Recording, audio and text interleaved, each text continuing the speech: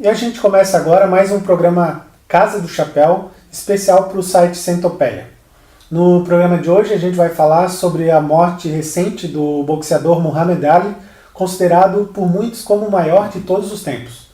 Talvez ele seja, além de ser um dos grandes nomes do esporte de todos os tempos, assim, seja um dos grandes conteúdos de esportista, assim, no sentido de que, como a gente conversou em programas anteriores sobre os pilotos de Fórmula 1, que tendem a ser cada vez mais insípidos ou algo do tipo, ele não, né? Ele muito pelo contrário. E eu acho que, pensando a época dele, né, ele só teve sucesso mesmo porque não tinha como não ter, pela qualidade dele como esportista. Porque é um período em que foi muito mal visto, né? E foi por muita gente, assim. Eu acho que se não fosse o talento dele, a capacidade dele, essa posição dele de ter as opiniões e de expor essas opiniões, podia muito bem ter inviabilizado a própria carreira dele, mesmo naquela época que o marketing não era tão importante quanto é hoje. Um dos períodos conturbados pelos quais o Ali viveu foi justamente a Guerra do Vietnã, na qual, aliás, ele até se negou a ir lutar, né? Inclusive, uma das frases dele que ficaram marcadas na época é que ele falou que nenhum vietnamita tinha feito mal algum para ele, então ele não se sentia no direito de atuar nas tropas americanas no país, né? E ele ainda sofreu represálias por isso, né? Ficou um tempo sem lutar, e ele pegou o período ali dos anos 60 aos anos 70, que justamente é esse período de grandes revoluções sociais, né? Além de a gente ter o conflito do Vietnã, toda aquela revolução social por trás, a própria questão racial com as movimentações de líderes como Martin Luther King, Malcolm X nos Estados Unidos, também tinha esse viés político que circundava tudo que se fazia até então, né? Eu lembro, inclusive, até a própria carreira do Rei Charles nesse período, ele se negando a fazer shows em estados que tinham a proibição que tinha lidavam com essas proibições raciais dos negros não poderem ir em determinados locais e tal. E o Muhammad Ali sempre foi um cara que se posicionou veementemente contra isso e fez valer o seu ponto de vista, tanto é que acabaram voltando com os direitos dele para ele lutar. E justamente logo um pouco depois dessa volta dele, acontece a famosa luta do século, e não por acaso também acontece na África, né? Entre ele e o George Foreman lá, que ele acaba saindo campeão numa luta até que muita gente dava como certa pro Foreman, né? E ele fala muito bem isso depois que ele ganha a luta. Vocês aí disseram o tempo inteiro que eu ia perder, então falem só quando eu realmente perder, não antes da luta acabar. A própria luta, né, dali até quando ele resolve atacar, ele fica apanhando muito tempo, e isso que muita gente aponta como a grande sacada dele, né? Ele era um cara com um golpe poderosíssimo e tal, mas ele tinha um repertório muito grande, enquanto boxeador, assim, né? Fazia de tudo. Desviava e atacava e defendia, e é uma coisa que talvez ninguém tenha feito, né? Tu tem um cara como o Mike Tyson que atacava muito bem e tal, um cara como o próprio George Foreman que aguentava muita porrada, mas alguém que fazia tudo como ele era muito difícil, né? E ele é um exemplo de vamos chamar de celebridade ou de alguma coisa na linha do que alguém como Bono Vox, por exemplo, tenta ser hoje. Identificado com uma causa e que usa o acesso que ele tem às pessoas para defender os ideais dele, né? E ainda mais louvável e se respeitar que ele faz isso num momento em que tu tem uma questão muito violenta nos Estados Unidos, né? Tinha muita gente apanhando na rua, tinha muita gente que chegou a morrer por causa disso. E ele é um cara que se posiciona, e uma coisa que vai contra o que se esperava de um bom americano na época, né? Então eu acho que ele é muito louvável, assim, é um cara que pouca gente teve o alcance e a coragem que ele teve. A ESPN ela retransmitiu, fez uma nova narração das lutas dele, né, principalmente da luta de 64, que é quando ele ganha a primeira vez o título mundial, né? e também a luta de 74, que é justamente a famosa luta do século. E a gente, quem acompanhou, quem já viu essas lutas, percebe que o jogo dele, mesmo no intervalo de 10 anos, ainda era o mesmo. Assim, a gente vê na luta do Sonny Liston, contra o Sonny Liston, que é de 64, que ele inclusive ele chega um momento em que ele fica dando soquinhos assim de leve na cara do adversário, só para provocar, né? Uma coisa que se manteve até 74, a luta inteira praticamente é uma grande provocação dele para cima do Foreman, né? E a gente também percebe que isso gerou inspirações diretas, né?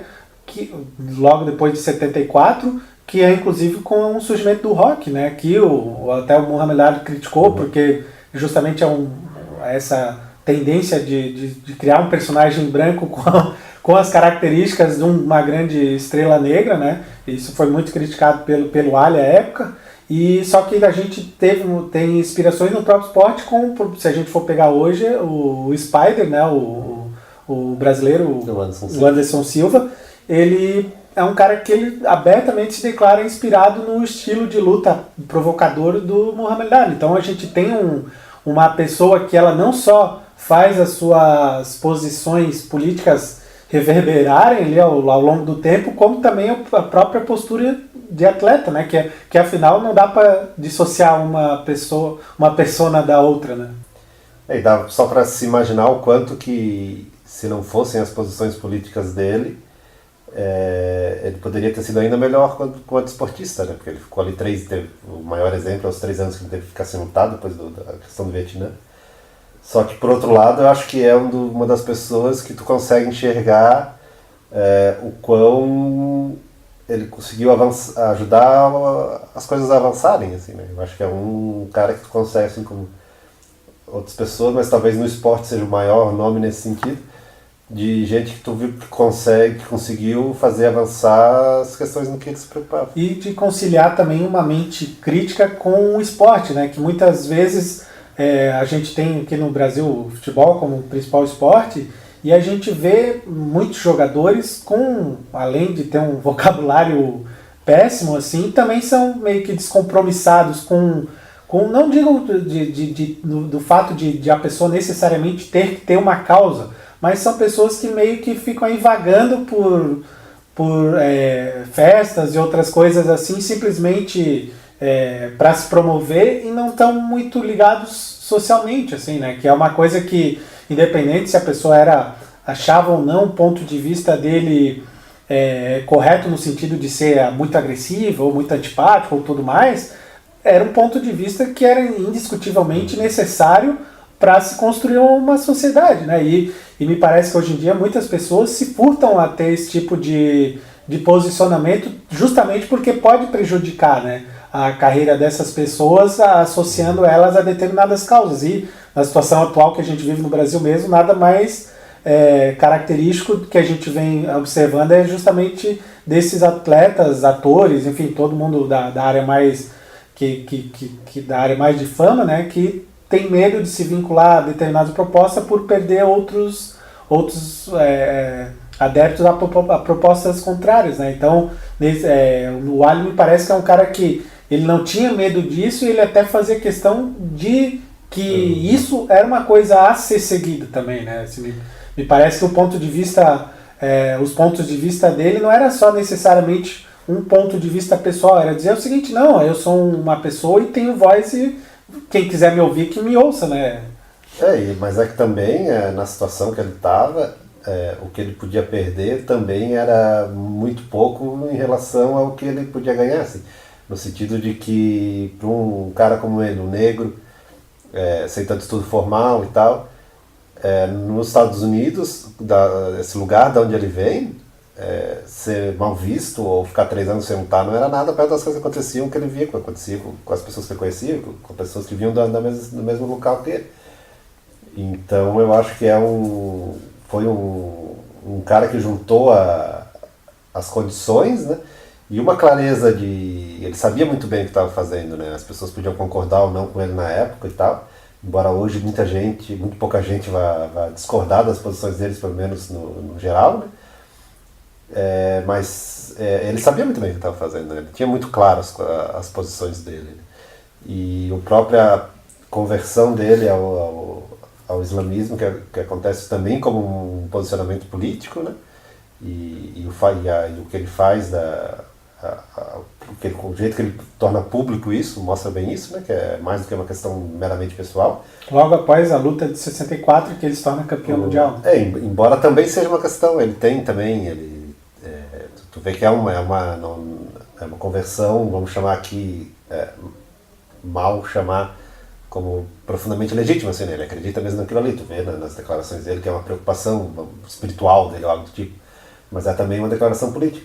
E é muito interessante porque, mais ou menos, talvez não seja a melhor palavra, mas porque tu tem uma carga do islamismo hoje que tu não enxergava nas restrições que se faziam a ele, né? Tu tem hoje essa relação, uma relação pura até, do islamismo com a violência e com o terrorismo e com tudo que tem acontecido, que é interessante tu ver que no caso dele, ou na época, as restrições que se tinham a ele eram outras, né? Ele estava sendo agressivo, ele estava botando fogo na sociedade e tal, mesmo quem criticava ia nesse sentido. Então é interessante tu ver como as coisas podem mudar em tão pouco tempo, né? Tu tem aí, sei lá, 50 anos, e já tem uma visão totalmente diferente. É interessante ver também como a sociedade valora as coisas e muda de ideia muito rápido.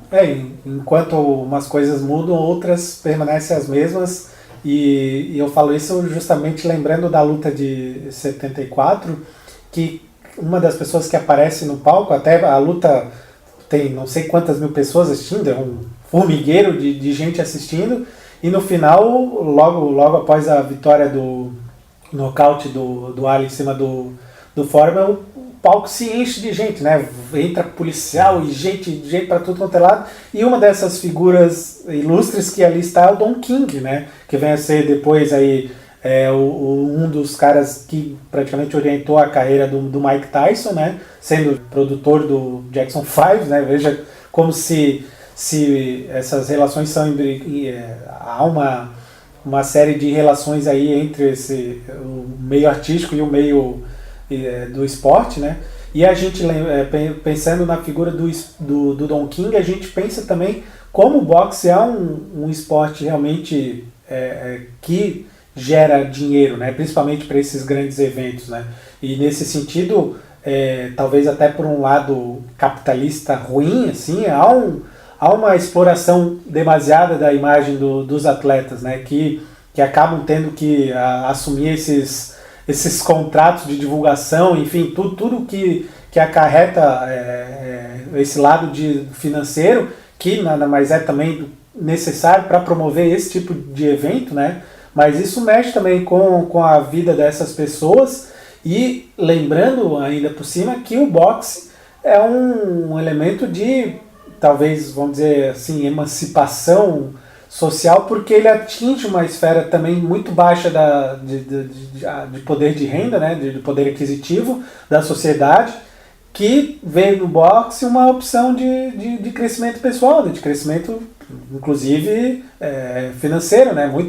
A gente tem no Brasil carreira de atletas pobres, né, Maguila, Popó, que são caras que não eram visíveis antes de entrar no boxe, e com a experiência do boxe se tornaram pessoas importantes, e o Popó até inclusive chegou a ser candidato, né, a deputado, e ganharam ali a sua maioridade social, vamos dizer assim, né? E eu acho que esses dois pesos que o boxe tem dessa inclusão social e dessa exploração puramente capitalista, assim, pro show business, né? São duas coisas que estão muito marcadas na história do boxe, e que me parece Muhammad Ali é um exemplo de como se sair bem, apesar de existir isso, né? E o boxe em especial, ele é uma questão diferente dos outros esportes, né? Ele surge nisso, ele tem desde o começo, embora antes seja mais uma coisa já pensando mesmo em Inglaterra e tal, da classe trabalhadora, assim, daquele começo, aquelas coisas do operário, de lutar. Você lutava até sem luva nessa época. Até porque é um esporte que tu não vai ter... Porque o cara apanha, né? Machuca, claro, ela leva soco e morre gente, inclusive. mas é um esporte que não seria praticado assim por uma aristocracia ou algo do tipo, né? E tem muito forte a questão das apostas, né? E aí que tá o dinheiro do boxe, vem daí, né? Vem desse mundo das apostas. E por isso é um esporte muito sujeito a sujeiras de todos os tipos, assim, né? Desde lavagem de dinheiro a resultado acertado e esse tipo de coisa. E através do trabalho de gente como o Ali, isso se mudou um pouco, né? Ele deu uma...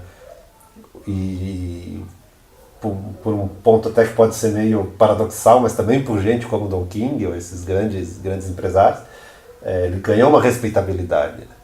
E é um processo que agora a gente pode ver com o MMA, né? Com o UFC. Tá um pouco fazendo isso, né? Porque também é um esporte de luta e tal, que vive também muito das apostas, né? Acima do boxe, inclusive, né? Atualmente, né? Nesse sentido da visibilidade. Tem mais relevância, eu diria. Não sei, eu acho que em termos de dinheiro ainda o boxe gera mais, tá? Mas o UFC tem muito mais presença e muito mais relevância do que o boxe. Tanto que a gente não... Tu não vê, tu até conhece gente hoje como Pacquiao ou outros boxeadores mais famosos e tal, mas é muito mais presente, né? Tu pode ver, sei lá, tem muito mais gente jogando videogame, joguinho de MMA do que de boxe, né? Então talvez o que falte pro UFC dar um grande salto e seja um Muhammad Ali, né? O problema é que para arranjar um Muhammad Ali não é fácil. E a gente termina mais esse programa Casa do Chapéu e talvez eu acho que a grande conclusão que fica é que o Muhammad Ali é considerado por muitos, ou a grande maioria, principalmente dos especialistas de boxe, como o maior de todos os tempos, mas muito também eu acho que pela sua carreira fora dos rings, né? Eu acho que isso é um peso que outros esportistas, como Rock Marciano ou outros, Mike Tyson, George Foreman, enfim, Vander Holyfield, outros atletas do boxe não tiveram a altura do que foi o Ali, né? Eu acho que não tem, que ele se torna meio unanimidade também, porque ele estava certo, né? Ele se manteve numa posição e não expandiu para além daquilo ali, assim. Então tu vê muito pouco, até talvez um pouco em virtude da doença dele, né? Que começou a ter problema com Parkinson e tal. Ele meio que se retirou daí da publicidade, então, da vida pública. Então talvez acabasse mesmo não se preservando tanto se não fosse isso, né? Então eu acho que é um caso bem especial e não sei se foi o melhor boxeador de todos os tempos, talvez até seja, não saberia dizer, mas foi o maior. Um grande legado, enquanto o George Foreman teria como legado o grill do George Foreman. E a gente fica por aqui e volta no próximo Casa de Chapéu. Até lá!